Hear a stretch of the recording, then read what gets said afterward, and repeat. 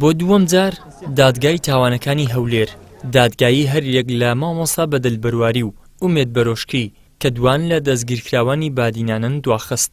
مامۆستا بەدەلبەرواری و ئومێد بەرۆشکی لە 18 ئابی ساڵی ڕابردووەوە لە زینداندان، بەڵام تا ئێستا بڕیار لە چارەنووسیان نەدراوە.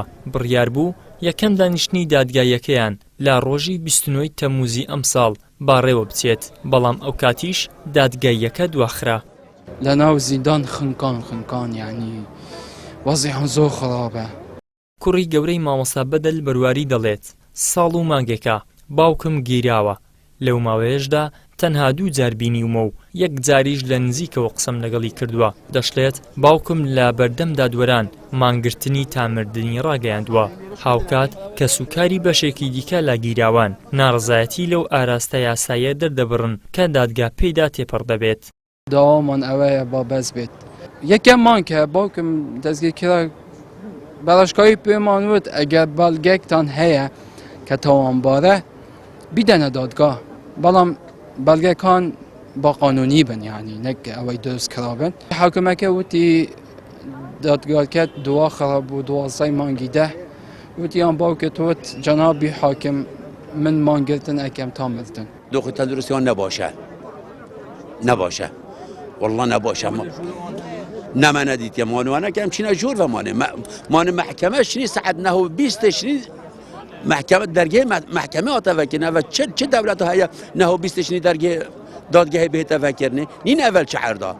مامۆستا بەدەلبەرواری ئومێد بەڕۆشکی دادگاوە خاتە تەئجیلکردن ji ber ku diviya şerekê daronî gelva bikin bêzar bibin ji morala xwe bêne xareyanî rêbaza xwe berdin lê bila pişt raz bin. Mamosta bەدەلبەرواری ئومێد بەڕۆشکی kesanên gelek paqijin çavê hemiya da qehremanin hemî kes dizanin çi belgeyên pêdivî berdest nînin.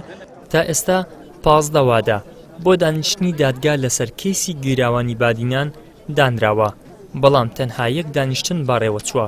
پەرلەمانتاران و پارێزەران و چاڵەکانی مەدەنیش پێیان وایە دواخستنی دادگایی و هێشتنەوەی گیراوان لە زینداندا خۆی لە خۆیدا سزایە.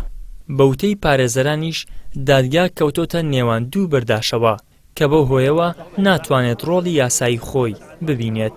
ئەو تۆمەتانەی ڕوبەڕووی ئەو بەڕێزانە کراوەتەوە، ئەو چالاکی مەدەنی و مامۆسا و مامۆسای زانکۆیانە کراوەتەوە، تۆمەتی ناڕەوان هیچ بەڵگەیەک نییە ڕاستیان بسەلمێنێ، هیچ بەڵگەیەک نییە، هیچ شاهێدێک نییە قسەی هەواڵدەری نهێنی پشت ڕاست کاتەوە. بۆیە دواخستنی ئەم دادگاییانە بەڕاستی بەستەمێکی گەورەیە زانین و بە ناڕەوایە زانین و پێمان وایە دەستگیر کراوان ستەمێکی زۆر گەورەیان لێکرێن. مە پێوەسە ئەف پۆشی خستنەوە دووسێ تنێ ڕەڤینەش عەدالەتێ، چونکە هیچ بەڵگەیەکە پێدیل بەدەستی دادگەهێنینە و بهێنە کوڤان تۆمەت بۆرە سزادەن تنێ ڕەڤیش عەدالەتێ، ڕەڤیش دادگەهێ دادوەرە سەد بینن پاش بێخن vê دووسەیە.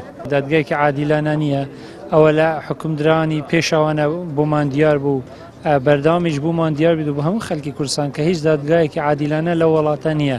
لە دانیشتن تەنها یەک دادگایی بڕیاری لەسەر دراوە، نۆ دادگایی زیندانیانی بادینان دواخراوە. ئێمە بە نیگەرانیەوە سەیری دواخستنی دادگایەکان دەکەین و پێمان وایە خواستێک لە سەروی خواستی دادگاوە هەیە لە هەرێمی کوردستاندا بۆی زیندانیانی بادینان سزا بدرێن.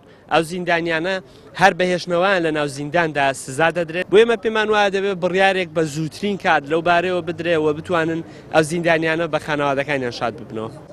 بەهۆی مانەوەیان لە زیندان و بڕیارنەدان لە چارەنووسیان، پارێزەران دەڵێن لە ئێستادا نزیک بە 20 لەو گیراوانە مانگرتنیان ڕاگەیاندووە، بەڵام شێروان شێروانی کە خۆی یەکێکە لەو گیراوانە بە چاڵەکانی مەدەنی ڕاگەیاندووە کە بەشی زۆری دەستگیرکراوان کە نزیک بە 80 کەس دەبن مانیان لە هەموو خواردن و خواردنەوەیە گرتووە و ژیانیان لە مەترسیدایە، داوای یەکلاکردنەوەی کەیسەکانیشیان دەکەن.